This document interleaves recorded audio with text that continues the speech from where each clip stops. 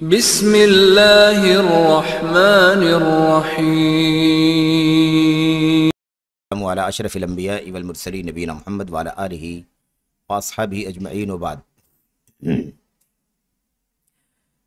چوتھے اصول میں ہم لوگوں نے جو شروع کیا تھا وہ یہ تھا کہ سلفی دعوت کا ایک چوتھا اصول یہ ہے کہ عقیدے سلف کا اہتمام کیا جائے۔ سلفی دعوت میں جو عقیدہ بتایا جاتا ہے، پھیلایا جاتا ہے، جس کا اہتمام کیا جاتا ہے اور کیا جانا چاہیے، وہ سلف صالحین کا عقیدہ ہے۔ ہمیں اس بات کو اچھی طرح سے سمجھنا ہے۔ سلف صالحین کے عقیدے کا اہتمام سلفی دعوت کا بنیادی حصہ ہے۔ سلف کا جو عقیدہ ہے، اس عقیدے سے پہلے والا عقیدہ کیا تھا، اور سلف کے عقیدے کے بعد میں اس عقیدے میں بگاڑ کون سا آیا ہے، ہم دونوں سے برات کا اظہار کرتے ہیں۔ سلفی دعوت، سلفی حضرات اپنی دعوت میں، علماء سلف یا سلفیت کے علماء اپنی دعوت میں، جو دعوت کا مشن وہ لے کر کے چلتے ہیں سلفی دعوت، اس کے اندر سلف کے عقیدے کو بیان کرنے کا اہتمام کرتے ہیں۔ سلف کے عقیدے سے پہلے کا جو عقیدہ تھا، ظاہر ہے کہ وہ عقیدہ جاہلیت کا عقیدہ تھا۔ جاہلیت میں عقیدے کی بھی ساری قدریں، ایسے ہی اخلاق، کردار، عبادات، معاملات، تمام چیزوں کی قدریں پورے طور پر تباہ تھیں۔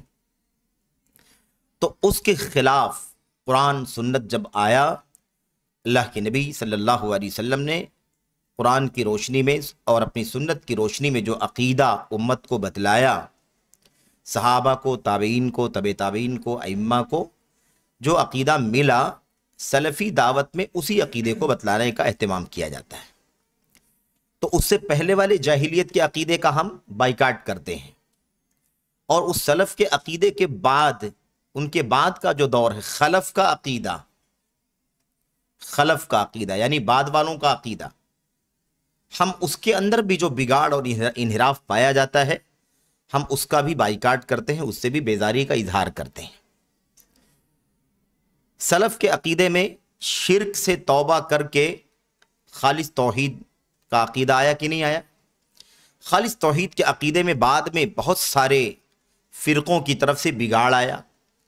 ان تمام باطل عقائد سے سلفی دعوت دور ہے۔ شرک کا عقیدہ ہے، اللہ تبارک و تعالیٰ کے علاوہ علم غیب کا عقیدہ ہے، قبروں سے، مزاروں سے فیض حاصل کرنے کا عقیدہ ہے، مقبورین سے یعنی جو مدفون لوگ ہیں، اللہ تعالیٰ کے اولیاء صالحین، ان سے مدد حاصل کرنے کا، اولاد وغیرہ مانگنے کا جو عقیدہ ہے، ہم اس کے خلاف ہیں۔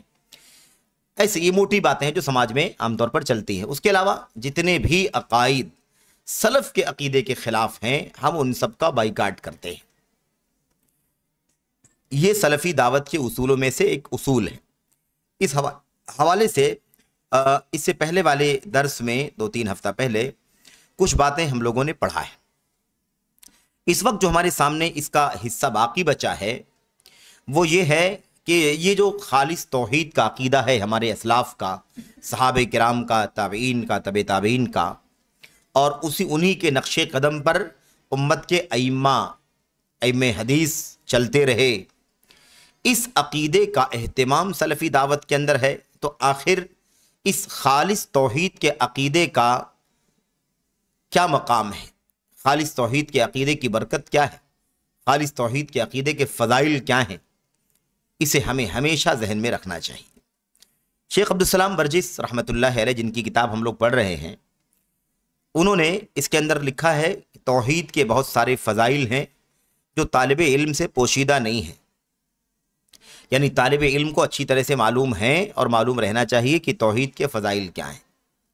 جب توحید کے فضائل کی بات آئے تو فضائل سن کر کے خوش ہونا کافی نہیں ہے، بلکہ فضائل سے پہلے خالص توحید کی معرفت حاصل کرنا ضروری ہے۔ توحید کے لفظ سے دھوکہ نہیں کھانا چاہیے۔ آپ اچھی طرح جانتے ہیں نا کہ توحید کا ایک بہت ہی جو باطل معنی نکال لیا گیا ہے، مشہور ترین معنی، وہ وحدت الوجود کا معنی نکالا گیا۔ وحدت الوجود کا، دنیا میں اللہ کے سوا کوئی موجود نہیں ہے۔ اس عقیدے کو، وحدت الوجود کے اس عقیدے کو بہت سارے لوگوں نے بہت سارے ناموں سے، بہت سارے پلیٹ فارموں سے دنیا کے اندر عام کیا، اور بہت خوبصورتی سے اس باطل عقیدے کو عام کرنے کی کوشش کی۔ یہ عقیدہ ابن عربی کا صوفیہ میں سے خاص طور پر ہے۔ محی الدین ابن عربی، جن کو بہت بڑا دنیا کا ریفارمر سمجھا جاتا ہے، دنیا کے اندر بہت بڑا ان کا مقام سمجھا جاتا ہے، یہ عقیدہ توحید ہی کے نام سے ہے نا پھیلایا گیا۔ اب توحید توحید ہے، دونوں لفظ ایک جیسا ہے، لیکن ایک توحید انبیاء علیہ الصلوۃ والسلام ہے اور ایک توحید صوفیہ کی ہے، وحدت الوجودیوں کی توحید ہے۔ اسی لیے آپ صوفیوں کی کتاب نہ پڑھیں تو بہتر ہے، لیکن کبھی اگر آپ کو پڑھنے کا اتفاق ہو جائے تو آپ کو یہ باتیں ملیں گی کہ صوفیہ اپنے بزرگوں کا جب ذکر کرتے ہیں تو کہتے ہیں کہ فلاں بزرگ تو ہمیشہ توحید ہی میں غرق رہا کرتے تھے، توحید ہی میں غرق رہا کرتے تھے۔ اب آپ سوچئے کہ صوفیہ توحید میں غرق رہا کرتے تھے، کون سی توحید ہے یہ؟ یہی توحید، توحید وجود، توحید جس کو توحید، ان لوگوں جس توحید کو انہوں نے وحدت الوجود یا توحید الوجود کا نام دیا ہے، ٹھیک ہے۔ اور آپ یہ صرف نہ سمجھیں کہ یہ صرف اور صرف ابن عربی یا اس طرح کے اور جو صوفیہ گزرے ہیں انہی لوگوں کا عقیدہ ہے۔ آج یہ عقیدہ وحدت الوجود کا جو عقیدہ ہے یہ بہت سارے لوگوں کے یہاں پھیلا ہوا ہے، بہت سارے لوگوں کے یہاں پھیلا ہوا ہے۔ ہم اس کے خلاف ہیں، ہم اس عقیدے کو نہیں مانتے۔ ایسے ہی اشاعرہ کے ہاں ایک توحید ہے، اشاعرہ توحید عادل ہے نا، ان کے جو 5 اصول ہیں ان میں سے ایک اصول میں توحید بھی موجود ہے۔ وہ توحید بھی اس معنی میں نہیں ہے جس معنی میں ہم قرآن کریم کی آیات کو اور اللہ کے نبی صلی اللہ علیہ وسلم کی سنت کو پڑھ رہے ہیں۔ ان کی توحید کا جو عقیدہ ہے وہ کتاب و سنت کی توحید کے خلاف ہے، الگ معنی میں ہے، اس کی تفصیلات ہیں، ہو سکتا ہے وہ باتیں آگے تفصیل سے آئیں گی، کیونکہ اصولوں میں سے ابھی ہم چوتھے اصول میں ہیں، بہت سارے اصول باقی ہیں۔ اس کے ضمن میں یہ باتیں آئیں گی کہ سلفی دعوت فرقہ بندیوں سے بھی اپنے آپ کو بچاتی ہے، فرقہ واریت سے اپنے آپ کو بچاتی ہے، فرقہ بندی کی دعوت نہیں دیتی، ایک ہی راہ پر جو توحید کی سنت کی راہ ہے اسی پر چلتی ہے۔ توحید ہی نام ہے اس کا، توحید، عدل، ایسے 3 اصول اور ہیں، ان کے کل 5 اصول ہیں، ان میں سے ایک اصول کا نام کیا ہے؟ توحید ہے۔ اس توحید کی تفصیل ہے کہ وہ توحید کا معنی کیا سمجھتے ہیں، وہ ابھی ہم اس کو یہاں پر بیان نہیں کر رہے ہیں۔ ایسے ہی کلمہ توحید جو ہمارے سامنے ہے، لا الہ الا اللہ، اس کے معنی میں آج دنیا کے اندر اتنے سارے انحرافات پائے جاتے ہیں۔ ایک تو معنی وہی ہے وحدت الوجود کا عقیدہ، اس کے علاوہ توحید کا معنی لوگوں نے حاکمیت کی توحید سمجھا، حکومت والی توحید، کی دنیا میں حکومت اللہ کے سوا کسی کی نہیں ہے، اور اس کا معنی یہ سمجھتے ہیں کہ پھر اللہ تبارک و تعالیٰ کی تنہا عبادت کی دعوت دینے کا کام ڈیلے کرنا ہوگا، ہمیں پہلے حکومت قائم کرنے کی ضرورت ہے، یہ معنی لیا جاتا ہے۔ ایک طبقہ کہتا ہے توحید عبادت کا معنی یہاں نہیں لیتا، بلکہ کہتا ہے کہ لا الہ الا اللہ کا معنی کیا ہے؟ لا خالق الا اللہ، اور آپ ربوبیت کو، ربوبیت کے مختلف اوصاف کو، اور آپ اس چیز کو بہت کھل کر کے، بہت تفصیل سے، مترادفات کے ساتھ، کئی الفاظ میں ہے نا، ڈاکٹر اسرار کی تقریر میں سن سکتے ہیں۔ لا حاکم الا اللہ ہے نا، ایسے ہی لا مدبر الا اللہ، لا منتظم الا اللہ، لا فلان لا فلان لا فلان الا اللہ، یہ کوئی نہیں ہے اللہ کے سوا، یہ کوئی نہیں اللہ کے سوا، یہ کوئی نہیں اللہ کے سوا، یہ کوئی نہیں، ایسے جتنے ربوبیت کے اوصاف ہیں اس میں سے کئی اوصاف کا ذکر کر کے وہ لا الہ الا اللہ کا معنی سمجھانے کی کوشش کرتے ہیں۔ تو توحید کے فضائل پر بات کر رہے ہیں، ولی توحید فضائل کثیرہ لا تخفى علی طالب العلم، کہتے ہیں طالب علم پوشیدہ نہیں ہے توحید کے فضائل کتنے ہیں، لیکن یہ سارے فضائل اسی توحید کے ہیں جو توحید رب ذوالجلال نے اپنی کتاب میں اور اللہ تبارک و تعالیٰ کے نبیوں کے ذریعے سے قوموں تک پہنچا، توحید کا پیغام، اور آخری نبی محمد الرسول اللہ صلی اللہ علیہ وسلم نے ہم کو قرآن کریم کے ذریعے سے اور ایسے ہی اپنی سنت کے ذریعے سے پہنچایا ہے۔ اسی توحید کے فضائل ہیں، ورنہ اس کے علاوہ جتنے فضائل، جتنی بھی توحید کی شکلیں بتائی جا رہی ہیں، یہ ساری توحید یا تو باطل ہے اور یا تو ناقص ہے، یا تو باطل ہے اور یا تو ناقص ہے، اور اس صورت میں اس کی کوئی فضیلت نہیں ہے، بلکہ اس کی سزا ہے، اس کا عذاب ہے، اس کی گرفت، اس پر گرفت ہے، اور دنیا میں اس کا اور آخرت میں اس کا خمیازہ اور صلہ ہے، جب تک کہ توحید خالص نہ ہو جائے، جب تک کہ توحید خالص نہ ہو جائے۔ امرت ان اقاتل الناس حتی یشہدوا ان لا الہ الا اللہ، اتنی تاکید کے ساتھ کیوں اللہ کے نبی نے بیان فرمایا؟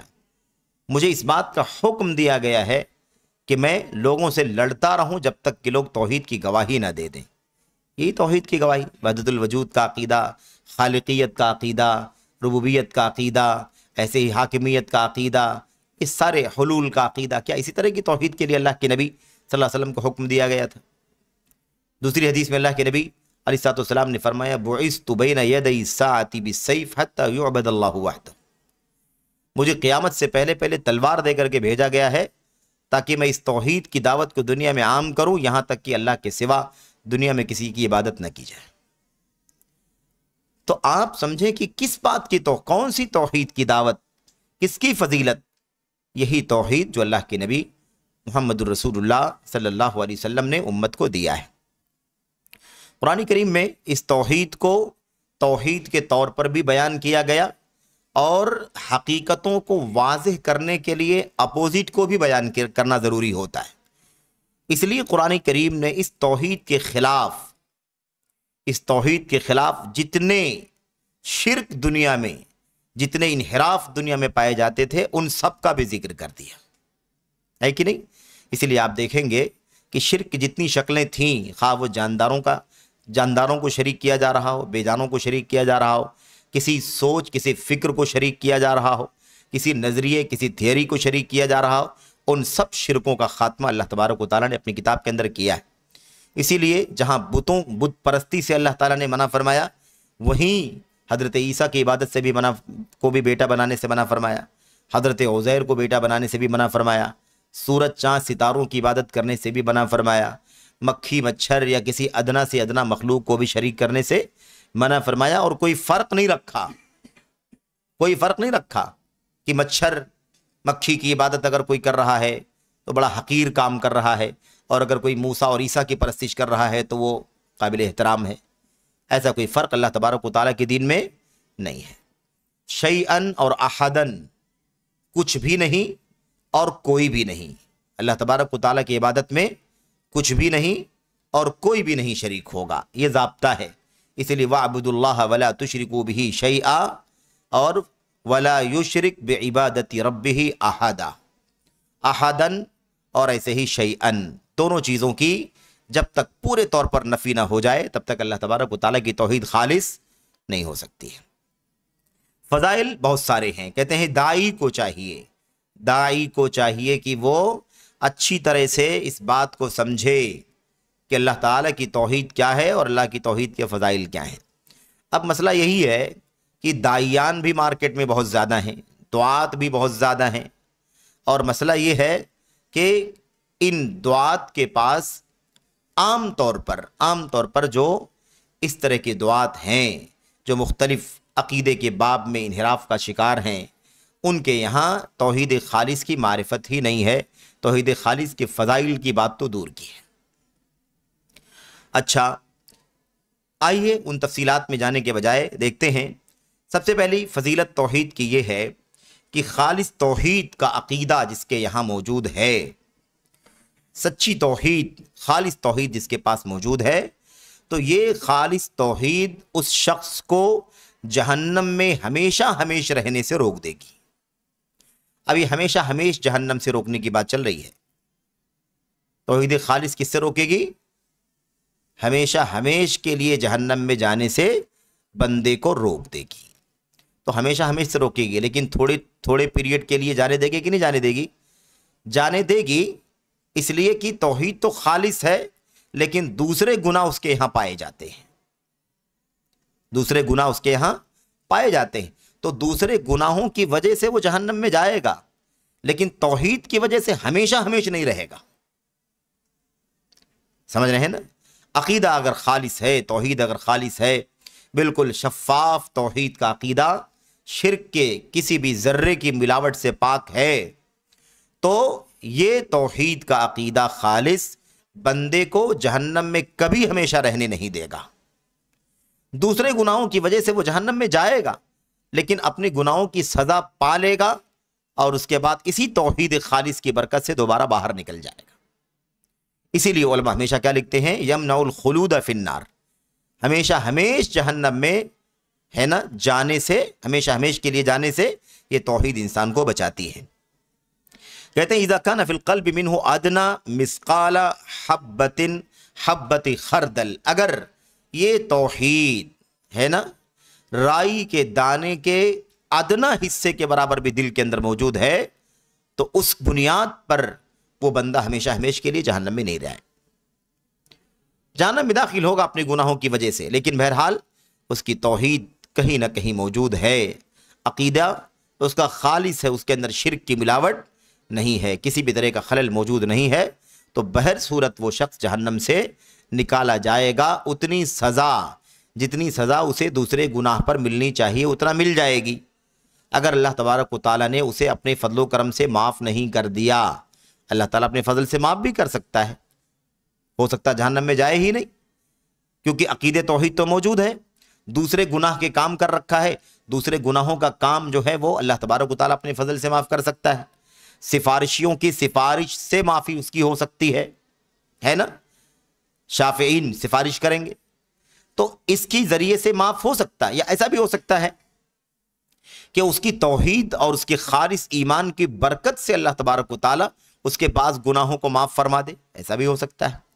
یوں ہی تو کسی بھی وجہ سے اس کا گناہ اگر معاف ہو گیا پہلے تو جہنم میں نہیں جائے، ایسا بھی ہو سکتا ہے، اور اگر گیا بھی اللہ تعالیٰ نے اس کو معاف نہیں کیا، سفارشوں کی سفارش نہیں ملی اور بالآخر اس کو جہنم میں داخل کر دیا گیا، تو اسے اپنے ان گناہوں کی سزا جتنی ہوتی ہے اتنی سزا اسے مل جائے گی، اور اس کے بعد پھر وہ ہمیشہ نہیں رہے گا جہنم کے اندر۔ کیوں؟ اس لیے کہ ایمان تو صحیح ہے، عقیدہ توحید کیا ہے اس کے پاس؟ خالص ہے، اس لیے اسے اللہ تبارک و تعالیٰ اپنی سزا بھگت لینے کے بعد جہنم سے باہر نکال دے گا اور اسے نہر حیات میں نہلا کر کے ڈبکی لگوا کر کے اسے دوبارہ جنت میں داخل کر دیا جائے گا۔ اچھا، ایک بات دوسری چیز کیا ہے؟ دوسرا جو فضیلت کا جو پہلو ہے توحید کا وہ یہ ہے کہ جب یہ توحید دل کے اندر کمپلیٹ ہو جاتی ہے تو جہنم میں سرے سے جانے سے بچا لیتی ہے۔ دیکھا آپ نے اس کے اندر کیا کہا گیا؟ جب یہ توحید بندے کے دل میں کمپلیٹ ہو جاتی ہے، یعنی مکمل کا مطلب یہ ہوتا ہے کہ پھر انسان عملی کوتاہیوں سے بھی اپنے آپ کو بچاتا ہے، عملی کوتاہیوں سے بھی اپنے آپ کو بچاتا ہے، سوائے اتنے کے جتنا بطور بشر اور بطور انسان الٹیمیٹلی گناہ کر بیٹھتا ہے، اس کی بات الگ ہے۔ لیکن ایک آدمی آزاد ہو کر کے گناہ کا کام کرے، آدمی آزاد ہو جائے اور اس کی توجہ ہٹ جائے کہ نماز فرض ہے، اس کو چھوڑنا نہیں چاہیے، جان بوجھ کر کے چھوڑ دیا ہے نا، جھوٹ بول دیا، خیانت کر دیا، اس طرح کی بہت سارے گناہ کے کام، تو آدمی کے دل میں جب ایمان پورے طور پر کمپلیٹ ہو جاتا ہے تو اسے بالکلیہ یعنی پورے طور پر جہنم میں داخل ہونے سے یہ توحید کیا کرتی ہے؟ روک دیتی ہے۔ یہ برکت ہے اللہ تبارک و تعالیٰ کی توحید کے عقیدے کی۔ اچھا، اس حوالے سے وہ سب دلائل آپ کے سامنے ہیں، آپ جانتے ہیں نا جو دلائل ہیں اس سلسلے میں، وہ دلائل اللہ کے نبی صلی اللہ علیہ وسلم کی حدیثوں میں، حدیث قدسی کی شکل میں قولی طور پر بھی ہیں اور عملی طور پر بھی ہیں۔ قولی طور پر اللہ کے نبی علیہ الصلوۃ والسلام نے وہ بات بیان فرمائی تھی کہ اللہ تبارک و تعالیٰ فرماتا ہے یا ابن آدم، اے آدم کے بچے، لو اتیتنی بقراب الارض خطایا ثم لقیتنی لا تشرک بی شیئا لاتیتک بقرابها مغفرہ۔ حدیث لمبی ہے، تین باتیں ہیں اس کے اندر، اس کا ایک پہلو یہ ہے، اللہ تبارک و تعالیٰ فرماتا ہے اے آدم کی اولاد، اگر تو زمین کے برتن بھر گناہ میرے پاس لے کر کے آئے، زمین کو اگر برتن بنا لیا جائے، ایک برتن سمجھ لیا جائے، اگر زمین بھر کے تو میرے پاس گناہ لے کر کے آئے، ثم لقیتنی لا تشرک بی شیئا، اور پھر تو مجھ سے اس حال میں ملاقات کرے کہ تو نے میرے ساتھ شرک نہ کیا ہو، تو میں تیرے پاس اسی زمین کے برتن بھر مغفرت لے کر کے آؤں گا۔ یہ بہت واضح دلیل ہے۔ اللہ کے نبی علیہ السلام کی جو دوسری حدیث ہے جس میں عملی طور پر اس بات کا ذکر بیان کیا گیا ہے، وہ شخص جس کے بارے میں اللہ کے نبی علیہ السلام نے فرمایا کہ اس کے سامنے 99 دفتر گناہوں کا ہوگا، گناہوں کا 99 رجسٹر ہوگا، اور اس آدمی سے پوچھے گا اللہ تبارک و تعالیٰ کیا تو ان دفتروں میں رجسٹروں میں لکھے ہوئے گناہوں کا انکار کرتا ہے کہ تو نے نہیں کیا ہے، غلط تیرے نام پر نوٹ کر دیا گیا ہے؟ وہ کہے گا نہیں، ایسی کوئی بات نہیں ہے۔ کیا تیرے پاس کوئی بہانہ ہے، تیرے پاس کوئی عذر ہے تو عذر اپنا پیش کر دے۔ وہ کہے گا اللہ کوئی عذر نہیں ہے، میں نے گناہ کیا ہی ہے، یہ ہے کہ نہیں؟ اس کے بعد اللہ تبارک و تعالیٰ اس بندے کو دیکھے گا کہ وہ گھبرا رہا ہے، ڈر رہا ہے، تو اللہ تبارک و تعالیٰ اس سے کہے گا گھبراؤ نہیں، تمہارے پاس تمہاری ایک نیکی ہمارے پاس ہے، تمہاری ایک نیکی ہمارے پاس ہے، بلا ان عندنا لک حسنہ، یقیناً تمہارا ایک نیکی کا کام ہمارے پاس موجود ہے۔ تو بندہ کہے گا اللہ اگر ایک نیکی تیرے پاس میری موجود بھی ہو تو ما بالو هذه الحسنہ من هذه السجلات، ایک نیکی اگر ہو بھی تو 99 رجسٹر کے مقابلے میں اس کی کیا ویلو، کیا اہمیت؟ ایک نیکی کیا کرے گی اتنے سارے 99 دفتر گناہوں کے پھیلے ہوئے؟ تو اللہ تبارک و تعالیٰ وہ کارڈ ہے نا، بطاقہ، وہ پرچی جس پر لا الہ الا اللہ لکھا ہوا ہوگا، یعنی اس بات کا اشارہ کہ خالص بندے کا عقیدہ خالص توحید کا عقیدہ تھا، اسے اللہ تبارک و تعالیٰ پیش کرے گا اور کہے گا کہ یہ ہے تیری نیکی، اور اس کے بعد اس بطاقے کو، اس کارڈ کو یا اس پرچی کو ترازو کے ایک پلڑے پر اور اس کے 99 رجسٹر کو گناہوں کے دوسرے پلڑے پر رکھا جائے گا۔ ہوگا کیا کہ وہ کارڈ والا، پرچی والا پلڑا جو خالص توحید کے عقیدے کا پلڑا ہوگا وہ جھک جائے گا، بھاری ہو جائے گا، اور 99 گناہوں کے رجسٹر جو ہوں گے وہ آسمان میں اڑ جائیں گے، اوپر کی طرف اڑ جائیں گے۔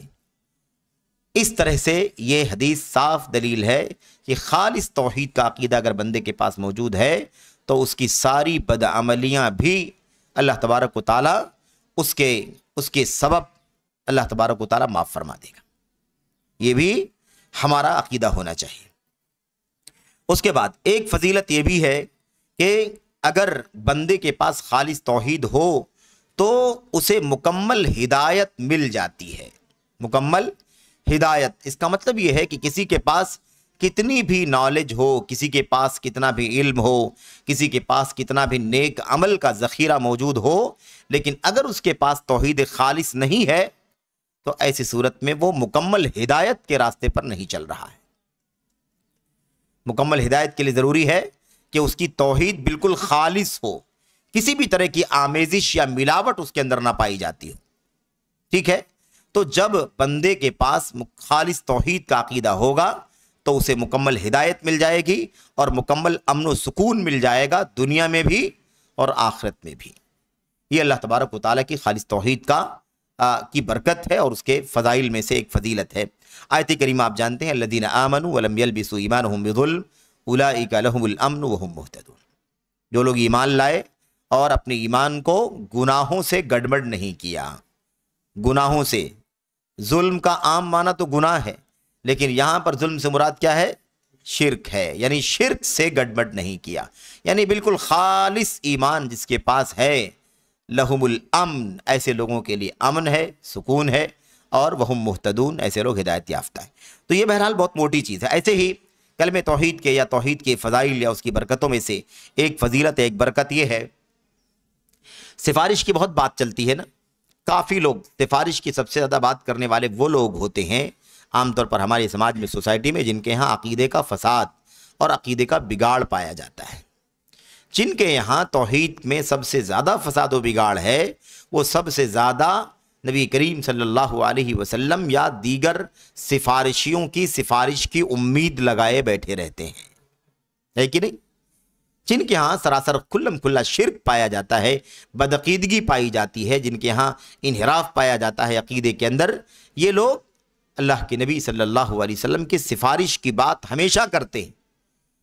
توحید کی برکت ہے کہ اگر توحید خالص ہے تو سفارش ملے گی، اگر توحید خالص نہیں ہے تو سفارش کی امید آدمی کو نہیں کرنا چاہیے۔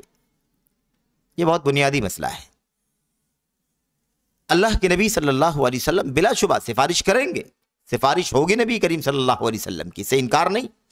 اہل سنت والجماعت کا عقیدہ ہے، قرآن کریم کی آیتوں میں، اللہ کے نبی علیہ السلام کے حدیثوں میں صاف ہے کہ اللہ تبارک و تعالیٰ کے پاس اللہ تعالیٰ کے سفارشیوں کی سفارش ہوگی، اور اللہ تبارک و تعالیٰ سفارش کی جسے اجازت دے گا وہ سفارش کرے گا، جس کے لیے سفارش کرنا ہے اس سے اللہ تبارک و تعالیٰ راضی ہوگا تو اللہ تبارک و تعالیٰ کا وہ بندہ سفارشی اللہ کے سامنے اس کے حق میں سفارش کر سکے گا۔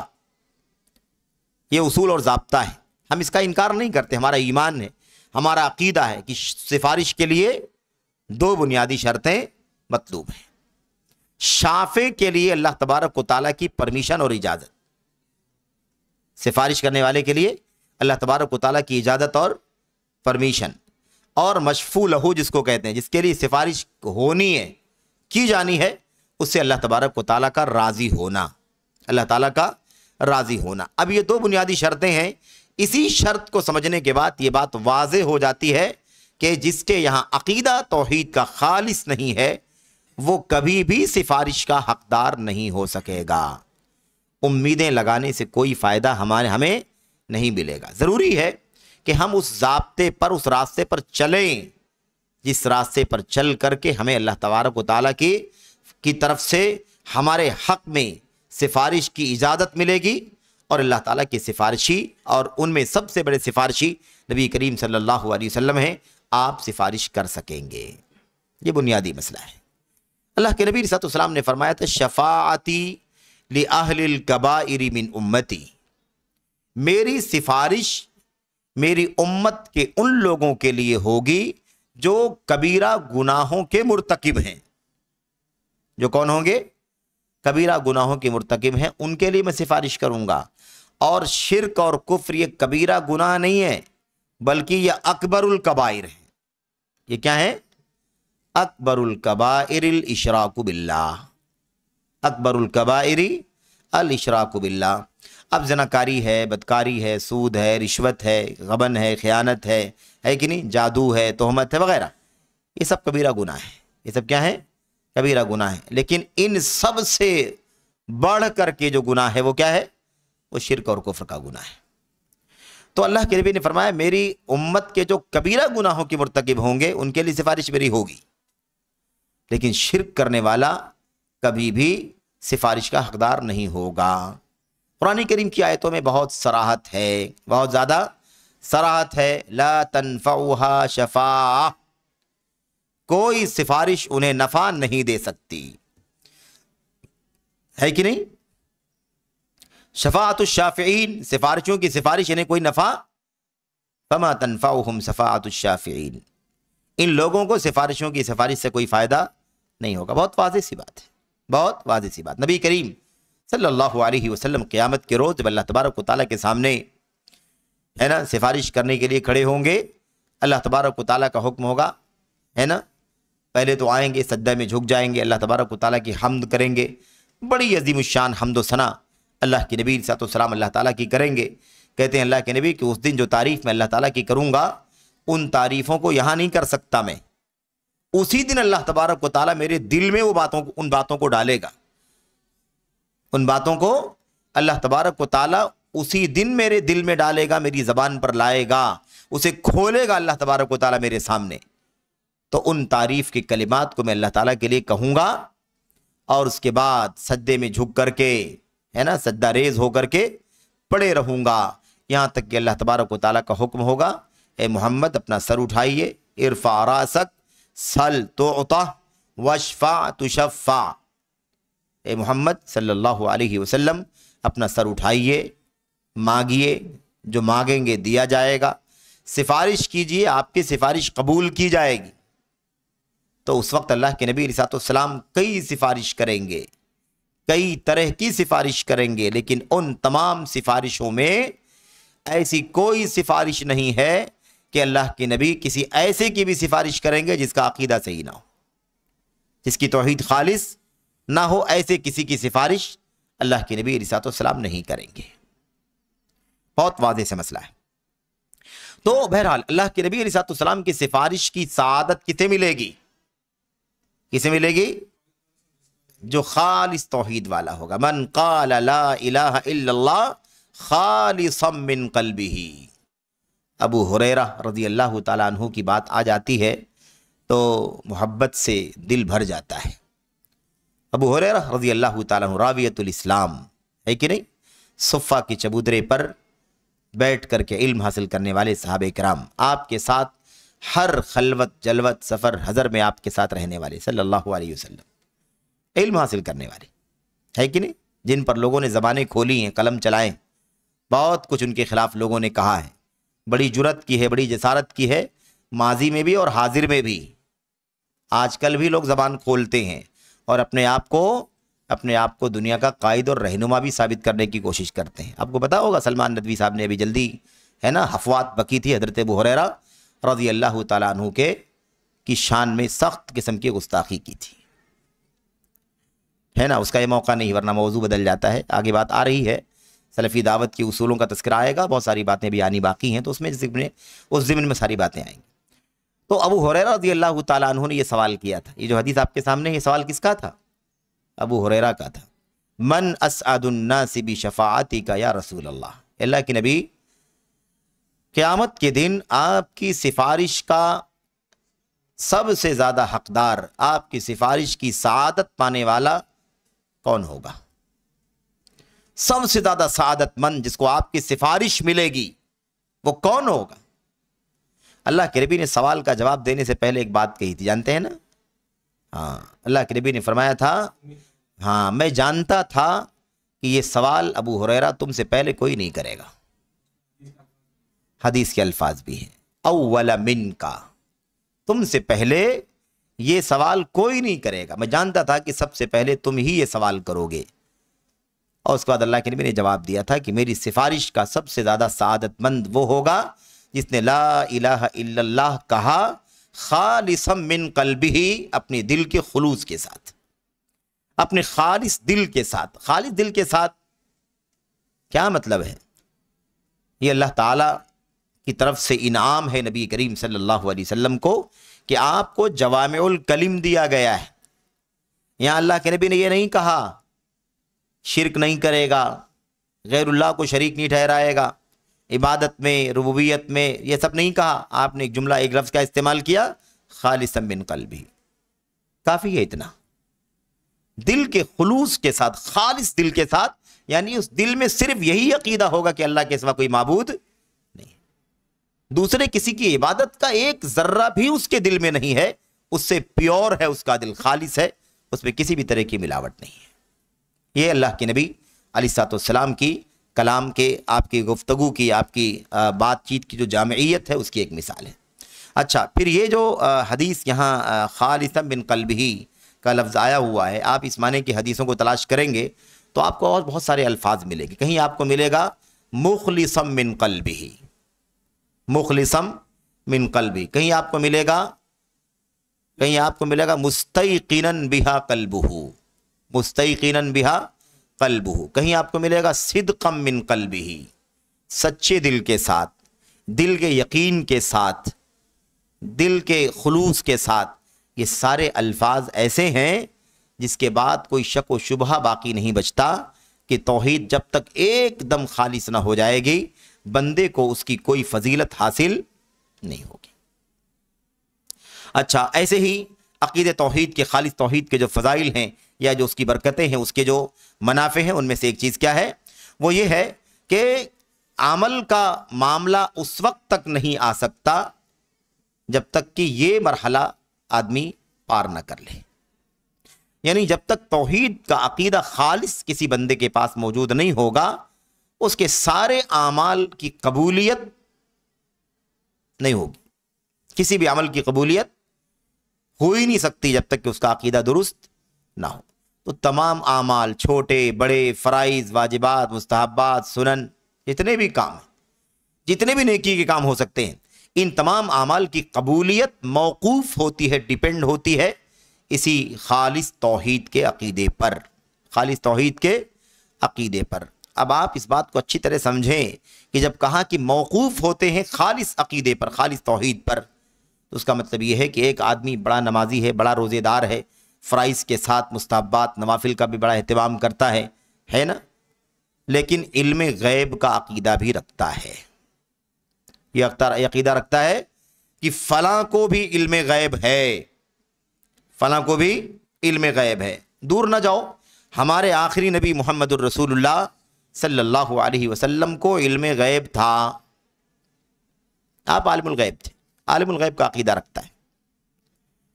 اب بڑا نیک ہے، نمازی ہے، روزے دار ہے، حج و زکوٰۃ صدقہ خیرات خوب کرتا ہے، کیا کہیں گے؟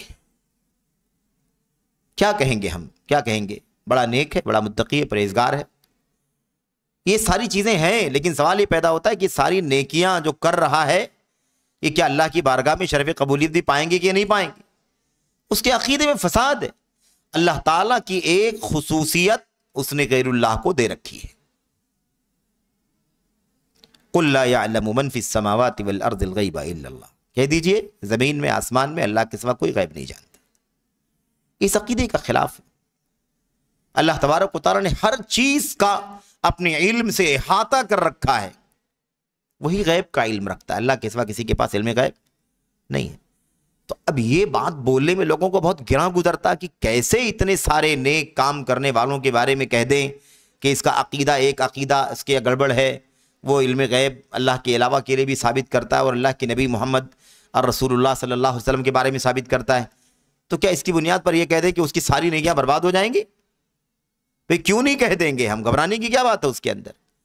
کوئی ہم کہہ رہے ہیں، کوئی ہم فیصلہ کر رہے ہیں، یہ اللہ کا کلام ہے، اللہ کے نبی کا فرمان ہے۔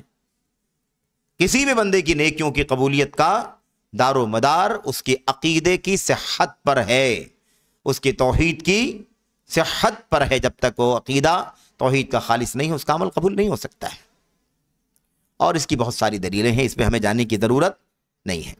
ایک فتنہ یہاں پر اسی نقطے پر یہ پیدا ہو گیا ہے آج کے اس دور میں، لوگ کہتے ہیں اس امت میں شرک ہے ہی نہیں، اس امت میں شرک ہو ہی نہیں سکتا ہے، یہ امت شرک کیسے کرے گی؟ اللہ کے نبی صلی اللہ علیہ وسلم نے توحید سکھا دیا اور ساری دعوت آپ نے مکمل کر دی اور سارے شرک کے دروازوں کو بند کر دیا، سارے چور دروازے جتنے بھی تھے سب پر قدغن لگا دیا۔ اب اس امت میں شرک کہاں ہے؟ لوگ صبح شام شرک شرک شرک کی بات کرتے ہیں، اس امت میں شرک نہیں ہو سکتا ہے۔ اس طرح کا عقیدہ بھی امت کے اندر آیا، کہاں آتا ہے؟ غلط فہمیوں سے آتا ہے۔ دلائل کو شبہات، دلائل نہیں ہوتے، شبہات ہوتے ہیں۔ دلائل اسے کہا جاتا ہے جن سے مسائل واقعی ثابت ہوتے ہیں اور سلف نے ثابت کیا ہوتا ہے، لیکن شبہات وہ ہوتے ہیں جسے پیش کیا جاتا ہے کسی بات کو ثابت کرنے کے لیے، لیکن اصل میں وہ اس نقطے پر وہ دلیل ہوتی نہیں ہے، وہ بات ثابت نہیں ہوتی، لیکن سننے والا شک شبہ میں پڑ جاتا ہے۔ اب وہ روایت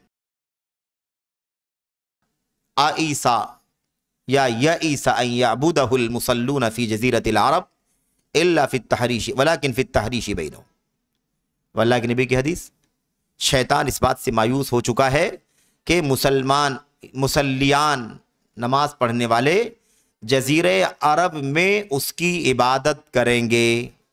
شیطان اس بات سے مایوس ہو چکا ہے کہ نماز پڑھنے والے جزیرہ عرب میں اس کی عبادت کریں گے، یعنی شیطان مایوس ہے، اس کی عبادت جزیرہ عرب میں کوئی نمازی نہیں کر سکتا ہے۔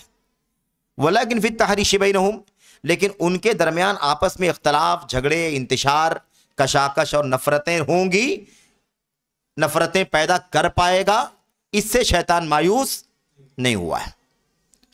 اب کہتے ہیں کہ اللہ کے نبی صلی اللہ علیہ وسلم نے فرمایا کہ جزیرہ عرب میں نمازی اس کی عبادت کریں گے، پرستش کریں گے، اس سے مایوس ہو چکا ہے۔ اس کا مطلب یہ کہ شرک کا کام امت کے اندر نہیں ہوگا۔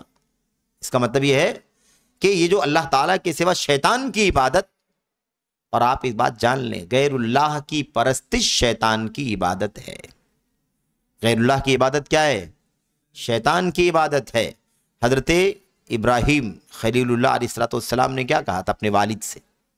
یا ابتی لا تعبد الشیطان، یا ابتی لا تعبد الشیطان، ابا شیطان کی عبادت مت کیجئے۔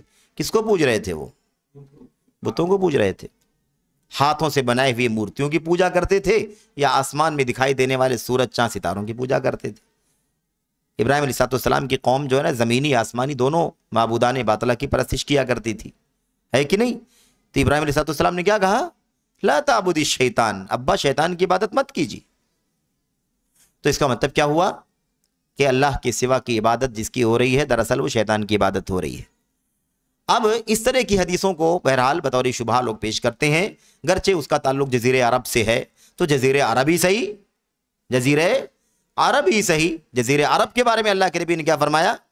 اللہ کے نبی صلی اللہ علیہ وسلم نے فرمایا لا تقوم الساعۃ، قیامت اس وقت تک قائم نہیں ہو سکتی حتی تلحق قبائل من امتی بالمشرکین وحتی تعبد قبائل من امت الاوثان۔ اس وقت تک قیامت قائم ہی نہیں ہوگی جب تک میری امت کے کچھ قبیلے کے لوگ بتوں کی پوجا نہ کرنے لگے، ہے نا؟ جب تک کہ میری امت کے کچھ قبیلے مشرکین سے ساز باز نہ کرنے لگے، ان سے مل نہ جائیں، اسلام سے نکل کر کے کافروں سے جا کر کے مل جائیں، مشرکوں سے، جب تک ایسا نہیں ہوگا تب تک قیامت قائم نہیں ہوگی۔ وما یؤمن اکثرهم باللہ الا وهم مشرکون، ہے کہ نہیں؟ یہ ساری آیتیں سری ہیں کہ نہیں سری ہیں؟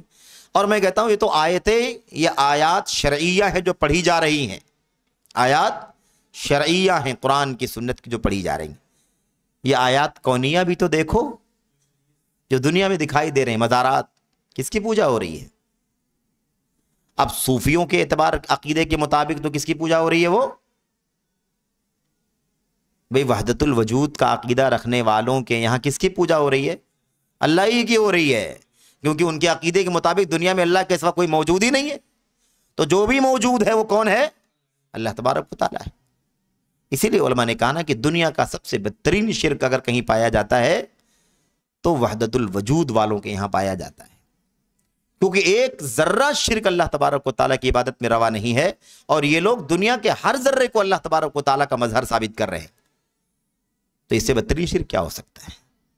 اور یہ معاملہ جیسا کہ اس سے پہلے بات آئی کہ یہ عقیدہ صرف اور صرف ہے نا وحدت الوجود کے جو نامور لوگ ہیں، ابن عربی صوفی ہے مثال کے طور پر، یا بعد کے اور بھی صوفیاں ہیں بہت سارے، حلاج ہے، منصور حلاج، یا صوفی سرمد ہے، بہت سارے ایسے صوفیہ حضرات ہیں، ہے نا، ان کے یہاں جو شرک پایا جاتا تھا وحدت الوجود کے نام کا، وہ صرف وہیں پر نہیں ہے، آج کل کی دنیا میں پائی جانے والی تحریکوں کے یہاں بھی وحدت الوجود والا شرک پایا جاتا ہے۔ بہت ساری تحریکیں ہیں۔ تنظیم اسلامی کے بانی ڈاکٹر اسرار احمد صاحب کا کیا عقیدہ ہے؟ یہی عقیدہ ہے، جو عقیدہ آپ سن رہے ہیں ان کا یہی عقیدہ ہے۔ وہ کہتے ہیں کہ اللہ تبارک و تعالیٰ کے سوا کوئی نہیں ہے، بس وہی تو وہی ہے، دنیا میں اللہ کے سوا کوئی بھی۔ بڑی صراحت سے انہوں نے اس بات کو بہرحال اپنی کئی جگہوں پر، اور بلکہ ایک جگہ تو انہوں نے یہ کہا کہ آج کے اس پروگرام میں آپ لوگوں کے سامنے ایک ایسی بات جسے میں اب تک دل میں رکھے ہوئے تھا، آج میں آپ کے سامنے اسے کھول کر کے بیان کر دیتا ہوں۔ اور اس کے بعد اپنا یہ وحدت الوجود کا عقیدہ کھول کر کے بیان کیا، اور یہ بھی کہا اس کو بیان کرنے مجھے کوئی مطلب تعامل نہیں ہے، بلکہ جب مجھے شرح صدر ہے، اس طرح کا کوئی جملہ استعمال کیا کہ جب مجھے ایک دم مطلب یقین کی حد تک پتا ہے یہی معنی ہے، تو میں آپ کے سامنے کھول کر کے بتا دیتا ہوں۔ ٹھیک ہے؟ اللہ ہی اول ہے، اللہ ہی آخر ہے، اللہ ہی ظاہر ہے، اللہ ہی باطن ہے۔ کہتے ہیں کہ اول آخر ظاہر باطن ہے۔ کس چیز کا اول آخر ظاہر باطن؟ کہتے ہیں پوری کائنات کا اول ہے، آخر ہے، ظاہر ہے، باطن ہے۔ تو پھر جب پوری کائنات کا وہی اول ہے تو ایک ہی تو ہے پوری کائنات، وہی آخر ہے تو ایک ہی تو ہوا اکیلا پوری کائنات میں، وہی ظاہر ہے، وہی باطن ہے اس کائنات کے اندر، تو وہ اکیلا ہی تو ہوا۔ تو اس بات کو وہ بڑی شد و مد کے ساتھ دنیا میں بیان کر کے جا چکے ہیں۔ اور ایسا نہیں ہے کہ کوئی کہہ دے کہ توبہ کر لیے تھے، کوئی یہ بھی بات نہ کہے کہ ڈاکٹر اسرار صاحب نے اپنی وفات سے پہلے توبہ کر لیا تھا، کیونکہ ان کی وفات کے بعد ان کے بچوں نے بھی باقاعدہ ایسے ہی پروگراموں میں ویڈیو پر بیٹھ کر کے اس بات کو بیان کیا ہے کہ ہمارے والد صاحب کا یہ عقیدہ تھا، اس عقیدے کی بنیاد پر ہمارے والد صاحب کو ایسا ایسا کہا گیا۔ سمجھ رہے ہیں؟ تو کہنے کا مطلب یہ کہ اس طرح کے عقیدے آج بھی انحرافات پائے جاتے ہیں۔ لوگ یہ نہیں سمجھتے ہیں کہ زندگی کی ساری نیکیاں اس عقیدے توحید کے ایک چھوٹے سے فساد کی وجہ سے اکارت ہو جائیں گے، برباد ہو جائیں گے. پھر گرانے کا کوئی فائدہ نہیں، شمار ملانے کا کوئی فائدہ نہیں. اللہ تبارک و تعالیٰ کے کلام کی آیتیں ہمارے سامنے ایسی ہیں نا کہ میں سمجھتا ہوں کہ واقعی دنیا میں اس سے اچھی تعبیر ہم نہیں کر سکتے. اللہ نے کیا فرمایا؟ حباء منصورا. کیا فرمایا؟ حباء منصورا، بکھرے ہوئے ذرات کی طرح بنا دیں گے. بکھرے ہوئے ذرات کی طرح سے، جو ذرات یہاں بھی تیر رہے ہیں، یہاں بیٹھے ہوئے ہیں نا، یہ جو فضا ہے کمرے کے اندر کی جو فضا ہے، یہاں بھی وہ ذرات تیر رہے ہیں، ان گنت ہیں، ان کو کوئی شمار نہیں کر سکتا ہے، وہ تیر رہے ہیں. اللہ تبارک و تعالیٰ جیسے ان کو بے وزن بنا دیا ہے، گھوم رہے ہیں، تیر رہے ہیں، ہے نا، اڑ رہے ہیں، کوئی ویلو ہے اس کی؟ کوئی ویلو. بالکل ایسے ہی ان لوگوں کی ساری نیکیوں کو اللہ تبارک و تعالیٰ بنا دے گا جن کے یہاں عقیدے کا، ایمان کا، توحید کا فساد موجود. اچھا، اس کے بعد آخری جو باتیں ایک دو بچی ہیں وہ ختم کر لیں. کہتے ہیں کہ ایک بات ہی معلوم پڑی کہ تمام یہ بات ہو گئی نا کہ تمام اعمال ظاہری باطنی سب کے سب اسی شرط کے ساتھ قبول کیے جائیں گے کہ عقیدہ درست ہو. ایسے ہی اگلی بات یہ ہے کہ توحید جب خالص بندے کو مل جاتی ہے تو بندہ جو ہے وہ مخلوق کی غلامی سے نکل کر صرف اللہ کا غلام بن جاتا ہے. یہ نقطہ بہت اہم ہے. آپ سوچئے اس بات کو قرآن کریم میں کئی جگہ پر بیان کیا گیا ہے. ضرب اللہ مثلا رجلا فیہ شرکاء متشاکسون ورجلا سلما لرجل هل یستویان. اللہ تبارک و تعالیٰ نے فرمایا مثال ہے ایک ایسے شخص کی جس کے اندر کئی لوگ شریک ہوں، ایک غلام جس میں کئی لوگ شریک ہوں، وہ مالک ادھر سے کھینچے، دوسرا مالک ادھر سے کھینچے، تیسرا مالک ادھر سے کھینچے. ایک مالک اپنی بات کہے میرا کام کرو، دوسرا مالک کہے میرا کام کرو، تیسرا مالک کہے میرا کام کرو. یعنی کئی آقاؤں کے بیچ میں ایک غلام ہو. اور دوسرا وہ رجلاً سلما لرجل، اور ایک وہ غلام جس کا ایک ہی آقا ہو. یہ توحید اور شرک کی وہ نادر مثال ہے جو قرآن کریم نے سمجھائی ہے. رب ذوالجلال نے اپنے بندوں کو خیر خواہی اور اللہ تبارک و تعالیٰ کی رحمت کی مثال آپ دیکھیں کتنی کہہ لیجیے کہ نادر تعبیر میں اللہ تبارک و تعالیٰ نے یہ بات سمجھائی ہے کہ مشرک جو ہوتا ہے وہ نہ جانے کس کس کے در پر جاتا ہے، نہ جانے کس کس کے کی غلامی کرتا ہے، نہ جانے کس کس کی بندگی کرتا ہے. سب کو خوش کرنا ہے، ادھر بھی چڑھاؤ ورنہ وہ ناراض، ادھر بھی چڑھاؤ ورنہ وہ ناراض، اس کا بھی درشن کرو ورنہ وہ ناراض. ہے کہ نہیں؟ اس طرح کی سوچ لوگوں کے یہاں بنی ہوئی ہے. ایک اللہ تبارک و تعالیٰ نے فرمایا ایک آدمی جو ایک آدمی کا غلام، بس سلمن، بالکل سیف. کس کا غلام ہے وہ؟ ایک آدمی کا. کیا دونوں ایک جیسے ہو سکتے؟ پہلے والا اور بعد والا؟ اسی بات کو سمجھایا. اسی لیے کہتے ہیں کہ یہ خالص توحید یہ بندے کو بندوں کی غلامی سے، مخلوق کی غلامی سے آزاد کر کے صرف اللہ تبارک و تعالیٰ کا غلام رکھتی ہے. بس اللہ تعالیٰ کو خوش کرنا ہے، اس کی مرضی تلاش کرنا ہے، اس کی کتاب میں کیا بتایا گیا اسے جاننا ہے، اس کے نبی آئے تھے انہوں نے اپنی سنت میں کیا بتلایا اسے ہمیں جاننا ہے. بس وہی سب کر کے صرف اپنے ایک اللہ کو راضی کرنا ہے. یہ سب سے ایک کام ہے جو سب سے ساری غلامیوں سے ہمیں نجات دلا دیتا ہے. تو یہ بہت بنیادی چیز ہے. اس کے علاوہ اس میں خاص بات یہ بھی ہے کہ بندہ جب خالص توحید پا لیتا ہے تو پھر وہ کسی اور کی پرواہ بھی نہیں کرتا. کسی اور کی پرواہ، یعنی یہ نہیں سوچتا ہے کہ وہ میرا کچھ بگاڑ دے گا، مجھے نقصان پہنچا دے گا، مجھے اس سے ڈر لگ رہی ہے، یا اس کی بات نہیں مانوں گا تو میری امید پوری نہیں ہوگی، میرا کام رہ جائے گا، میری مصلحت پوری نہیں ہوگی، میرا نقصان نہیں ٹلے گا، میری مصیبت نہیں دور ہوگی. ایسا کوئی مسئلہ اس کے پاس موجود ہی نہیں ہوتا ہے. وہ ہر اعتبار سے صرف اور صرف اللہ تبارک و تعالیٰ سے وابستہ رہتا ہے کہ اللہ تعالیٰ ہی سے امید لگانا، اللہ ہی پر بھروسہ رکھنا، اللہ ہی سے ڈرنا، اللہ ہی سے ملنے کی تمنا کرنا. سب کچھ اللہ تبارک و تعالیٰ سے وابستہ ہو جاتا ہے. اور اس سے بڑی شان، اس سے بڑی عظمت اور کیا ہو سکتی ہے کہ بندے کو صرف اللہ تبارک و تعالیٰ ہی سے وابستگی ہو جائے، وہ سب کچھ اللہ تبارک و تعالیٰ ہی سے امیدیں لگائے، ہر طرح کا خوف بھی اللہ ہی سے رکھے. اس طرح کی اور بھی بہت ساری چیزیں ہیں. شیخ نے لکھا اس کے اندر کہ علامہ عبد الرحمن بن ناصر السعدی رحمۃ اللہ علیہ نے کتاب التوحید کے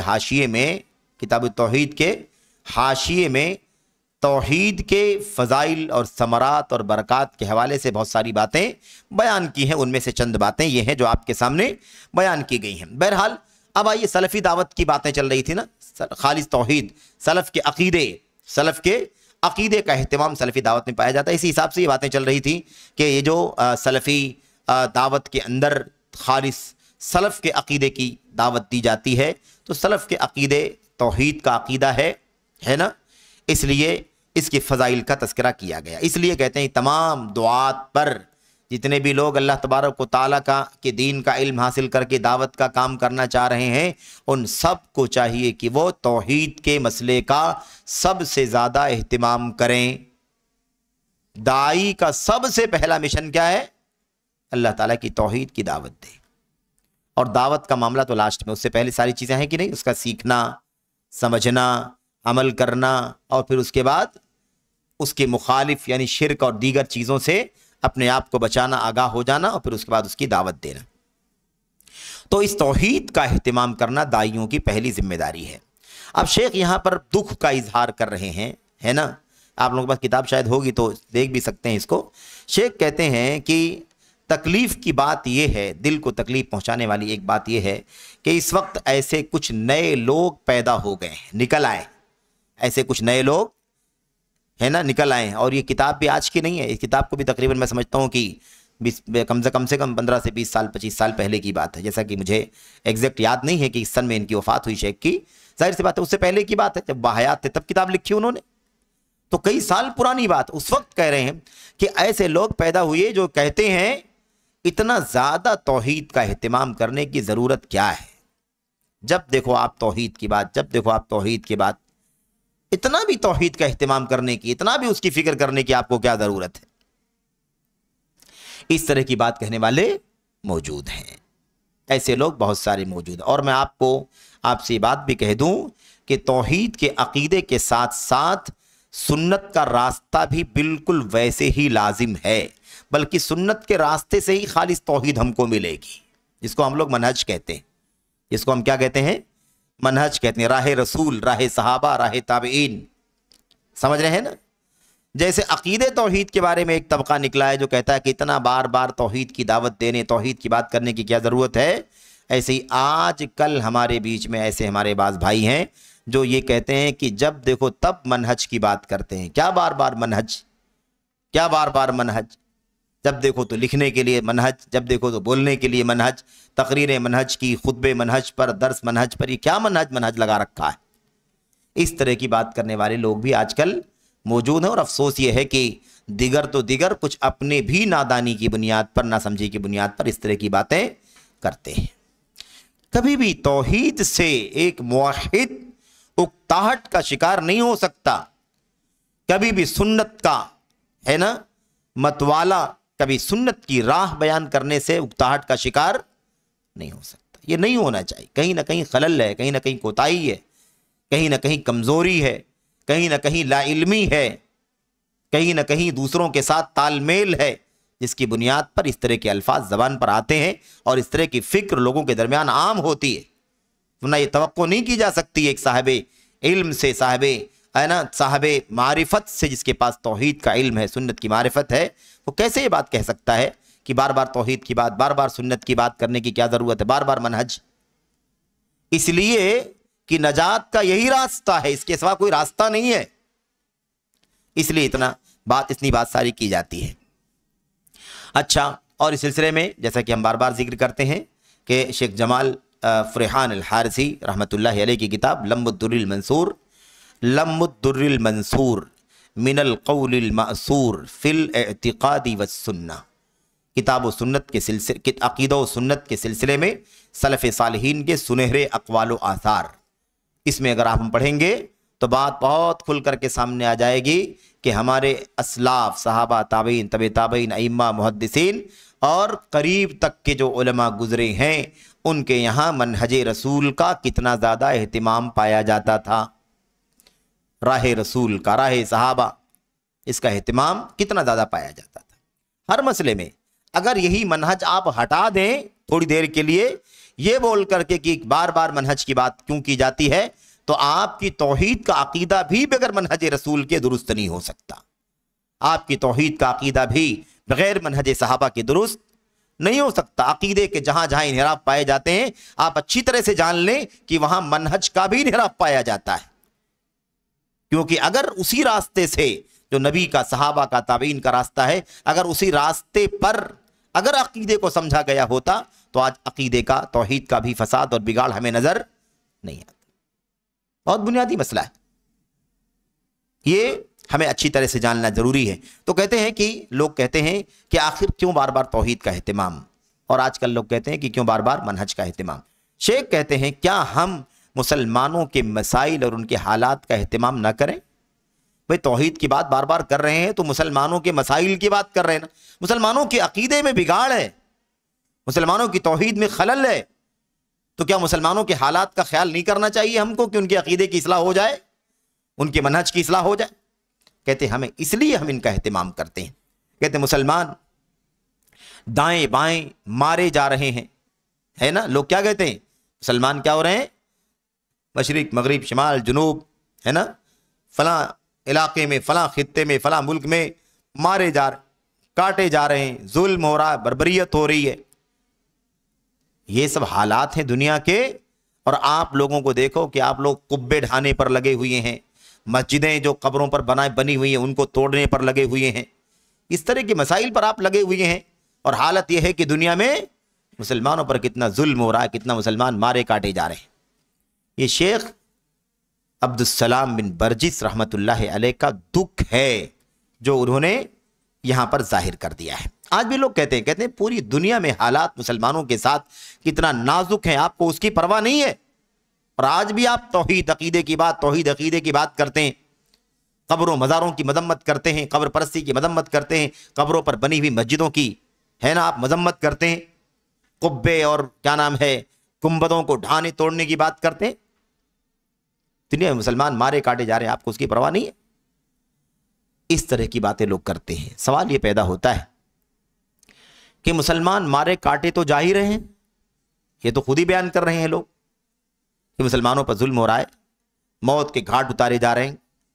سوال یہی پیدا ہوتا ہے کہ اگر وہ مر رہے ہیں تو مرنا تو ہے ہی، آج مر جائیں کل مر جائیں، موت تو بہرحال آنی ہے۔ سوال یہ ہے کہ وہ جو مارے کاٹے جا رہے ہیں اگر وہ بدعقیدگی کے ساتھ مارے کاٹے جائیں گے تو ان کا انجام کیا ہوگا؟ اور وہی مارے کاٹے جانے والے لوگ اگر صحیح عقیدے کے ساتھ، خالص توحید کے ساتھ دنیا سے مارے کاٹے جائیں گے تو ان کا انجام کیا ہوگا؟ تو مارا کاٹا جانا بڑا مسئلہ ہے یا بدعقیدگی کے ساتھ مارا کاٹا جانا بڑا مسئلہ ہے؟ یہ سمجھنے کی ضرورت ہے۔ دوسری بات، اتنا زیادہ آخر مسلمان پسپائی کا اور ذلت کا، رسوائی کا سبب، یا اتنی زیادہ ذلت و رسوائی کی حالت مسلمانوں کی کیسے بن گئی؟ کیوں ایسی بن گئی بھائی؟ مشرکین شان و شوکت کے ساتھ اور مسلمان کہلانے والے ذلت کے ساتھ، پستی کے ساتھ، ایسا حال بنا کیوں مسلمانوں کا؟ اس پر غور کوئی کرے گا؟ سلفی دعوت کا اسی لیے ایک اصول ہے کہ پہلے عقیدے توحید کا اہتمام ہونا چاہیے۔ یہ ذلت اسی لیے ہے کہ ہماری توحید خالص نہیں ہے، ہماری توحید خالص نہیں ہے۔ ان الذین اتخذوا العجل سینالہم غضب من ربہم وذلت فی الحیاۃ الدنیا وفی الآخرہ۔ جن لوگوں نے بچڑے کو اپنا معبود بنا لیا تھا، اللہ تعالیٰ نے کیا فرمایا؟ سینالہم غضب من ربہم، انہیں بہت جلد اللہ تبارک و تعالیٰ کا غضب پکڑ لے گا۔ وَذِلَّةٌ فِي الْحَيَاةِ الدُّنْيَا وَفِي الْآخِرَةِ، دنیاوی زندگی میں، اخروی زندگی میں ذلت ان کا مقدر بن جائے گی۔ تو یہ جو مارے کاٹے جانے والی بات آپ بیان کر رہے ہیں، اس کا سبب اور اس کا کارن بھی وہی ہے کہ ہم خالص توحید پر نہیں ہیں، ورنہ جب مسلمان خالص توحید کے عقیدے پر چلتا تھا تو یہ ذلت نہیں تھی، پھر شان و شوکت اور سطوت اور علو اور بلندی کے ساتھ زندگی گزارا کرتے تھے مسلمان۔ یہ نقطہ سمجھنے کا ہے۔ اور یہ بات واضح ہوتی ہے کہ یہ بات کہنے والا کب کہتا ہے کہ کاٹے مارے کاٹے جا رہے ہیں مسلمان اور تم قبے ڈھانے اور قبروں پر جو مسجدیں تعمیر ہیں اس کو توڑنے اور قبر پرستی کی مذمت کرنے پر لگے ہوئے ہو. یہ بات آدمی کب کہتا ہے؟ جب وہ عقید توحید کی حقیقتوں سے نابلد ہوتا ہے، تبھی یہ باتیں کہتا ہے. یا اس کی اہمیت اس کے دلوں میں نہیں ہوتی تبھی یہ بات کہتا ہے. بہرحال شیخ کہتے ہیں، آخری بات ہے بالکل، کہتے ہیں اس بات کا کہنے والا شاید بھول گیا یا جان بوجھ کر کے بھول رہا ہے. جان بوجھ کر کے بھول رہا ہے یا واقعی بھول گیا ہے. کیا؟ کہ امام الحنفاء، ہم لوگ ان کو امام التوحید کہتے ہیں، حضرت ابراہیم خلیل اللہ علیہ السلام نے اپنے بارے میں اور اپنی اولاد کے بارے میں کیا کہا تھا؟ وَجْنُبْنِي وَبَنِيَ أَن نَعْبُدَ الْأَصْنَامَ، اے پروردگار اللہ مجھے اور میرے بچوں کو کیا کر، اس بات سے بچائے رکھ، دور دور رکھ کہ ہم بتوں کی پرستش کریں. عجیب حال ہے، بتوں کی پرستش کرنے سے بچا ہم کو. یعنی سارے انبیاء کے امام مانے جاتے ہیں، حنفاء کے امام حضرت ابراہیم خلیل اللہ علیہ السلام، اور اس کے باوجود یہ بات کہتے ہیں کہ اللہ مجھے اور میرے بچوں کو بت پرستی سے بچائے رکھنا. وجنوبنی کہا ہے، جانتے ہیں نا وجنوبنی کا معنی کیا ہے؟ جنب کے معنی کنارے کے ہوتے ہیں، جم کے معنی کنارے. یہ دایاں جم اور یہ بایاں جم، یہ اس کنارہ اور یہ اس کنارہ. کہتے ہیں مجھے وجنوبنی، مجھے اور میرے بچوں کو کیا کر دے؟ کنارے کر دے. یعنی کیا مطلب؟ مجھے بالکل ایک طرف کر دے اور بت پرستی کو دوسری طرف کر دے، اور میرے بچوں کو ایک طرف کر دے، بت پرستی کو بالکل دوسری طرف کر دے. قریب بھی نہ آئے کہیں شرک کا مسئلہ، بت پرستی کا مسئلہ. یہ معنی ہے اس کا. تو اگر ابراہیم علیہ السلام کا یہ حال ہے، یہ ان کا مسئلہ ہے، جو اللہ کے خلیل ہیں، جگری ہیں، تو آپ بتائیے کہ کسی اور کے بارے میں آپ کیا سوچ سکتے ہیں؟ یہ صورتحال ہے. بہرحال ایسے ہی بہت ساری باتیں ہیں جو اس کے اندر موجود ہیں، اور ہم لوگوں نے بہت ساری باتیں پڑھی ہیں اور بہت ساری باتیں اس کے اندر ابھی ہیں بھی. اگر ہم لوگ ساری تفصیلات میں جائیں تو شاید وقت زیادہ ہو جائے. ابراہیم علیہ السلام کی قربانیوں کو، ان کی آزمائشوں میں کھرے اترنے کے واقعات کو ہم اچھی طرح سے جانتے ہیں، پڑھتے ہیں. ان کا سرسری طور پر اشارہ یہاں پر کیا گیا ہے. ابراہیم علیہ السلام کے بارے میں ابراہیم تیمی رحمۃ اللہ علیہ، ابراہیم تیمی رحمۃ اللہ علیہ، ابراہیم علیہ السلام کے بارے میں اس آیت کریمہ کی تفسیر میں کہتے ہیں وَمَن يَأْمَنُ الشِّرْكَ بَعْدَ ابراہیم علیہ السلام. ابراہیم کے بعد اب کون ہے جو شرک سے بچ سکتا ہے، محفوظ رہ سکتا ہے؟ اگر ابراہیم یہ بات کہتے ہیں کہ مجھے اور میرے بچوں کو شرک سے بچانا، بت پرستی سے بچانا، تو بھلا بتاؤ کہ ابراہیم کے بعد پھر اور شرک سے کون بچے گا، کون محفوظ رہ سکتا ہے؟ یعنی سب کو چوکنا رہنا چاہیے کہ کہیں اس کے عقیدے میں شرک کی آمیزش نہ ہو جائے، شرک کی ملاوٹ نہ ہو جائے. بہرحال اس طرح کی اور بھی چند باتیں آگے موجود ہیں. خلاصے کلام یہ ہے کہ داعی کو چاہیے، دعوت اللہ کا مشن لے کر چلنے والے دعات علماء کی ذمہ داری کیا ہے کہ وہ توحید خالص کی دعوت کا خصوصی اہتمام رکھیں. خصوصی اہتمام، خصوصی اہتمام کا معنی کیا ہے؟ دعوت کی شروعات ہی اسی سے ہونا چاہیے. دعوت کی شروعات ہی اسی سے. فَلْيَكُنْ أَوَّلَ مَا تَدْعُوهُمْ إِلَيْهِ شَهَادَةُ أَن لَا إِلَهَ إِلَّا اللَّهِ. سب سے پہلے ابو موسیٰ اشعری اور معاذ ابن جبل رضی اللہ تعالی عنہما، سب سے پہلے آپ لوگوں کو جن بات کی دعوت دیں گے وہ یہی ہونا چاہیے کہ اللہ کے سوا کوئی سچا عبادت کے قابل نہیں ہے، اس بات کی گواہی دے. تو خاص اہتمام کا مطلب کیا ہے؟ سب سے پہلے، سب سے پہلے التوحید اولا یا دعات الاسلام. علامہ البانی رحمۃ اللہ علیہ کا ایک محاضرہ ہے، لیکچر، تقریر ان کی ہے، اور اسی تقریر کو اکٹھا کر کے کتاب کی شکل میں شائع کیا گیا ہے. اس کا نام ہے التوحید اولا یا دعات الاسلام. اے اسلام کے دائیوں، اے دائیان اسلام، توحید سب سے پہلے ہے. توحید کی دعوت سب سے پہلے.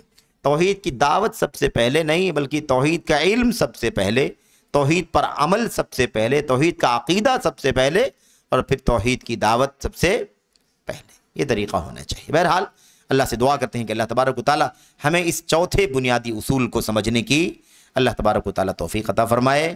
اور اس سلسلے میں دنیا میں بہت انحراف پائے جاتے ہیں، بہت زیادہ انحراف پائے جاتے ہیں، اور جدید مناہج میں جو ہمارے ساتھی عزیز سے بیٹھتے ہیں وہ اس بات کو اچھی طرح سے جانتے ہیں کہ آج اس دنیا کے اندر بہت سارے ایسے دعات جن کو دنیا بہت بڑے اونچے اونچے ناموں سے جانتی ہے، وہ بھی توحید کی دعوت کے مسئلے میں کہیں نہ کہیں کمزوری کا شکار، کہیں نہ کہیں ہے نا عدم اہتمام کا شکار، کہیں کوئی مصلحت کا نام لے کر، کہیں کوئی فساد کا نام لے کر کہ ایسا ہو جائے گا تو ایسا ہو جائے گا تو یہ فائدہ ملے گا تو یہ فائدہ نقصان میں بدل جائے گا، اس طرح کی باتیں کر کے لوگ توحید کی دعوت کو بہرحال اس انداز سے پیش کرنے کی ہمت نہیں کرتے جس انداز سے اللہ کا کلام اور اللہ کے نبی کا فرمان مسلمانوں سے بلکہ اسلام کے دعات سے چاہتا ہے، علماء سے چاہتا ہے۔